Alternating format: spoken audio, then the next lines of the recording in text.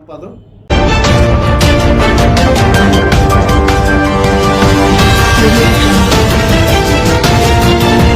সম্পাদক কৃষক শ্রমিক জনতা লীগ।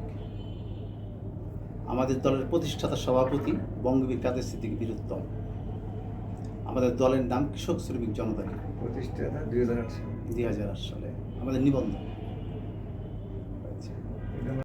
আমাদের সাধারণ সম্পাদক মহোদয় সে মস্তিষ্কে রক্তক্ষরণজনিত কারণে সে অসুস্থ, যার কারণে আমি ভারপ্রাপ্ত সাধারণ সম্পাদকের দায়িত্ব পালন করতেছি। আমার পুরো নাম হচ্ছে মোহাম্মদ শফিকুল ইসলাম দেলোয়ার, আমি এই নামেই পরিচিত।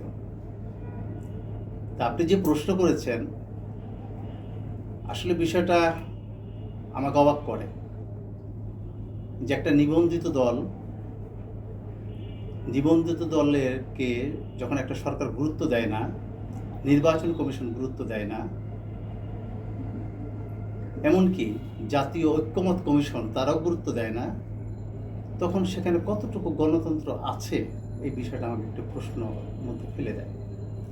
এই বিষয়ে আমি বিস্তারিত কথা বলতে পারবো, কিন্তু যারা আমাদেরকে ডাকে না বা ডাকে নাই, এটা কেন ডাকে নাই সেটা তারাই ভালো বুঝতে পারবে, তারাই ভালো জানে।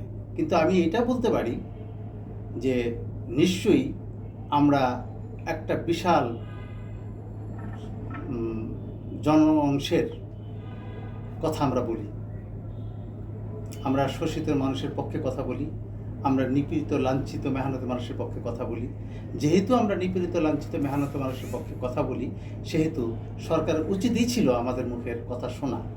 নির্বাচন কমিশন কিভাবে নির্বাচন সুষ্ঠু হয়, এতগুলো নির্বাচন সুষ্ঠু হয় নাই, সেক্ষেত্রে তাদের জানাই উচিত ছিল কেন হয় নাই, আমরা তো বলতে পারতাম।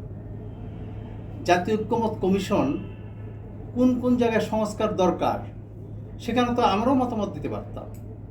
সেই জায়গায় আমাদের নেতা বঙ্গবীর কাদের সিদ্দিকী বীরুত্তম মহোদয় সেই 1971 সাল থেকে অদ্যাবধি পর্যন্ত সে একজন, বলতে পারেন যে এরকম সংগ্রামী নেতা, সে কখনো বিদ্বেষমূলক আচরণ কারোর সাথে করেননি।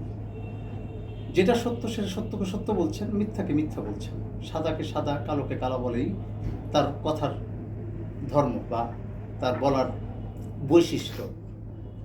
তো সেক্ষেত্রে উনি বলেন, এটা কেউ নেতিবাচক দেখে, কেউ ইতিবাচক দেখে, সেটা ভিন্ন বিষয়, কিন্তু সরকার কিন্তু দেখতে পারে না।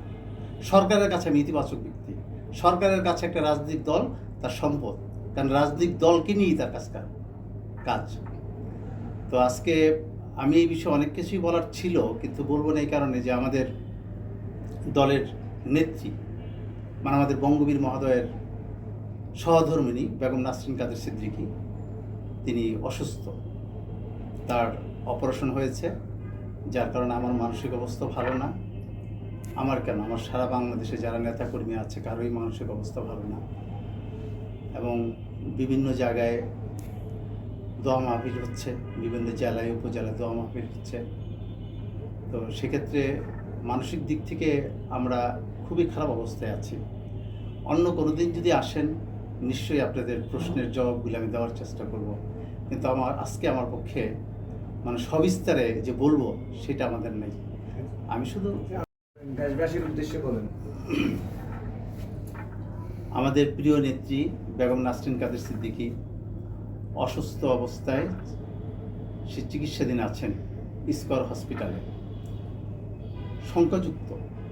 শঙ্কাযুক্ত অবস্থায় আছেন। এই অবস্থায় আমরা মনে করি একমাত্র আল্লাহই আমাদেরকে রহমত দান করতে পারে। মহান আল্লাহর কাছে আমরা প্রার্থনা করতে চাই, হে আল্লাহ, তুমি আমাদের নেত্রীকে সুস্থ করে তোলো। এবং দেশবাসীর কাছে বলতে চাই, এই মহান বীর 71-এর বাঘা সিদ্দিকী বঙ্গবীর কাদের সিদ্দিকী বীরুত্তমের যে অবদান, বাংলাদেশের জন্মের পেছনে তার যে অবদান, সেই অবদানের কথা বিবেচনা করে সারা বাংলাদেশের মানুষের কাছে আমার একটাই অনুরোধ থাকবে, আপনারা সবাই তার সহধর্মীর জন্য দোয়া করবেন, সে যাতে দ্রুত সুস্থ হয়ে ওঠেন।